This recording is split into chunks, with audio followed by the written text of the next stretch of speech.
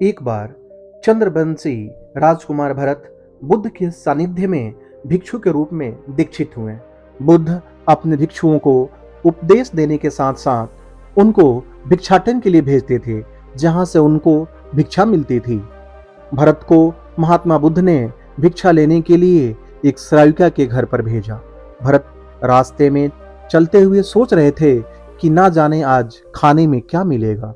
हमेशा महल में खाने के लिए अनगिनत स्वादिष्ट भोजन मिलते थे, लेकिन आज जो भी मिलेगा उसी से काम चलाना पड़ेगा। भरत ने श्राविका के घर पर जाकर भिक्षा के लिए याचना की। श्राविका ने भरत को बैठने के लिए कहा। श्राविका जब अंदर गई थी तो भरत पुनः अपने प्रिय भोजन के बारे में सोच रहे थे। जब श्राविका भोजन लेकर आई तो भरत अचंभित रह गए। भरत अपने प्रिय भोजन को देखकर खुश हो गए। भरत भिक्षा ग्रहण करने लगे। भिक्षा ग्रहण करते हुए भरत सोचने लगे कि उनको हमेशा खाना खाने के बाद कुछ विश्राम करने की आदत है, लेकिन आज उन्हें यहाँ से खाना ग्रहण करने के बाद धूप से होकर वापस आश्रम पहुँचना है। भोजन हो जाने पर श्राविका ने भरत को कुछ समय विश्राम करने के लिए आग्रह किया। भरत पुनः खुश हो गए। सारी इच्छाओं की पूर्ति होते देख भरत इसको एक संयोग मानकर कुछ देर के लिए लेट गए। लेटते हुए भरत सोचने लगे कि आज तो सोने को मिल गया, लेकिन मेरे सर पर हमेशा के लिए छत का साया तो मिट गया। जब भरत सोकर पुनः उठे तो श्राविका ने कहा कि आपको जब तक यहाँ पर रहना है आप यहाँ रह सकते हैं। अब भरत समझ गए कि ये कोई संयोग नहीं है, श्राविका जरूर मेरा मन पढ़ रही है। भरत खड़े हुए।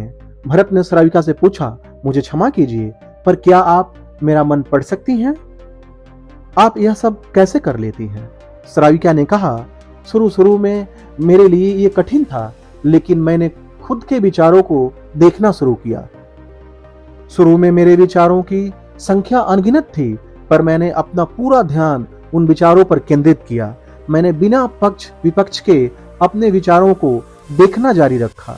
धीरे धीरे मेरे विचारों की संख्या कम होती गई। मेरे सारे व्यर्थ विचार दूर होते गए। तब से मैं दूसरों के विचार पढ़ लेती हूँ। यह सब सुनकर भरत घबरा गए। भरत ने श्राविका से आज्ञा ली और वहां से निकल पड़े। रास्ते में चलते हुए भरत अपने मन के विचारों का स्मरण करने लगे। भरत के मन में श्राविका के बारे में अश्लील विचार भी आए थे। श्राविका ने भरत के बारे में क्या सोचा होगा? भरत को खुद पर शर्म भी आ रही थी। भरत आश्रम पहुंचे। भरत ने बुद्ध से कहा कि अब से वह कभी भिक्षाटन के लिए वहां नहीं जाएंगे। बुद्ध ने भरत को नीचे बैठाया और कहा, क्या हुआ? तुम मुझे अपनी व्यथा विस्तार से बताओ।